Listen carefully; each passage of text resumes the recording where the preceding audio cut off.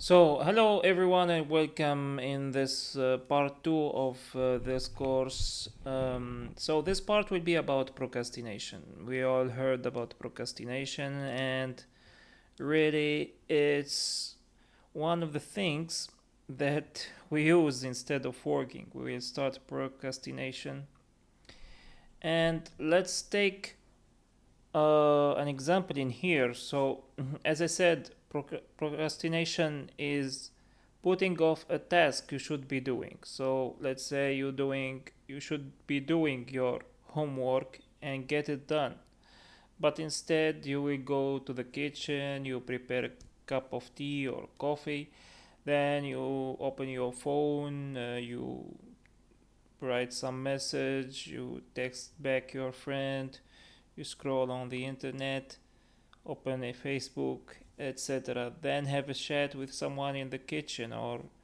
you even may go outside doing the grocery. You may like do anything apart from homework. So that's the main issue. So 40 minutes later, you haven't even begun doing your homework. So that's the exact meaning of wasting a lot of time in procrastination.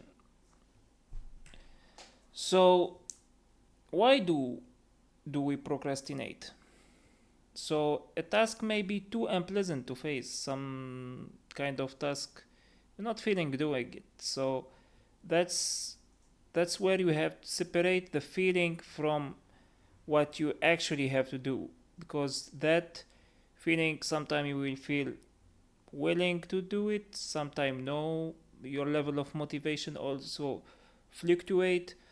um, Also, the kind of task, it may be too difficult or very tedious or boring, or there simply may be so many other more interesting things to pull your attention away, like things that may raise dopamine quickly. So that's the reason you should like use do less of this kind of activity that distract you, or like that raise higher dopamine, because these important tasks most of the time they don't reach that level of dopamine. So you need to take that into consideration. Smartphone. So now when it comes to smartphone, a lot of time is lost, and we're wasting a lot of time on our smartphones, looking to the screen. That we call it screen time. And honestly, that's one of the main reason for procrastination, because that activity, looking into notification, scrolling from one video to another, it drains your I mean it releases a lot of dopamine, and that cause a lot of distraction.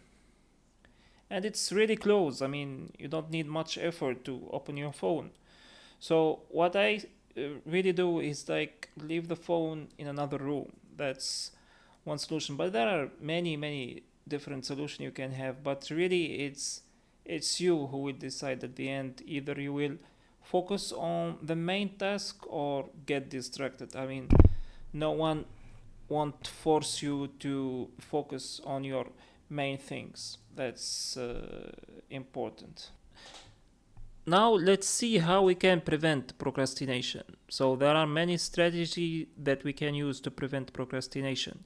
And here's a list of effective methods. So first, take actions. Salami technique, 5 minutes technique, work on related tasks, do the hardest bits first, set goals, make commitment, reward yourself for achievement, and change subject regularly. So this we can look into them in detail and understand each method, but these are the method that you can refer to. I mean, you should use them oftenly to get yourself out of all kind of distraction, out of all things that may cause procrastination using these methods. Uh, we can look into detail in some of these methods and get closer look, understand how these methods work.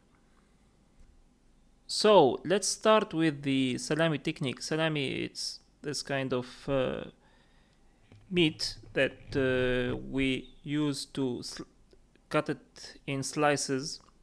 And the salami technique basically is like, let's imagine we have a big task. We have like a large um, project or something that requires a lot of action to be taken or things to be done. So instead of tackling that thing all together, we will slice it in small chunks and we will tackle each chunk separately. So that's the method of salami technique.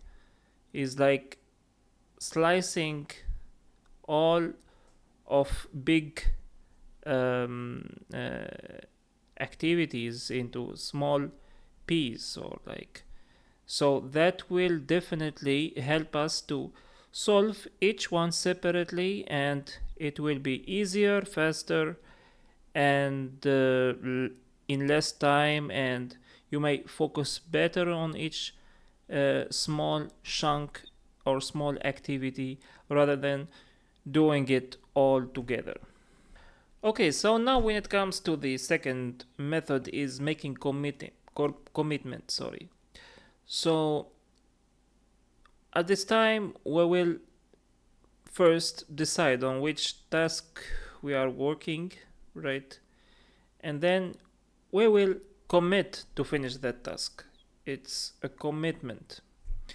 We will not overcommit. We won't take other new tasks. We will focus on that main task. So if you are asked to do other tasks, say no. I'm already committed to that task in my plate, and I won't do other tasks. So that we call no overcommitment. Second, if you feel that task you can delegate to someone else, do it. You can delegate the task. Also, to finish faster, you will set, and because you are committed to finish the task, right? You will create time blocker. So no distraction. If someone like write you, tell him I'm sorry. I have something to finish and it's urgent, and that's the way you are committed to that task. So you want to finish it first, and then we can discuss other things. So this is the second method that you can use, which is making commitment.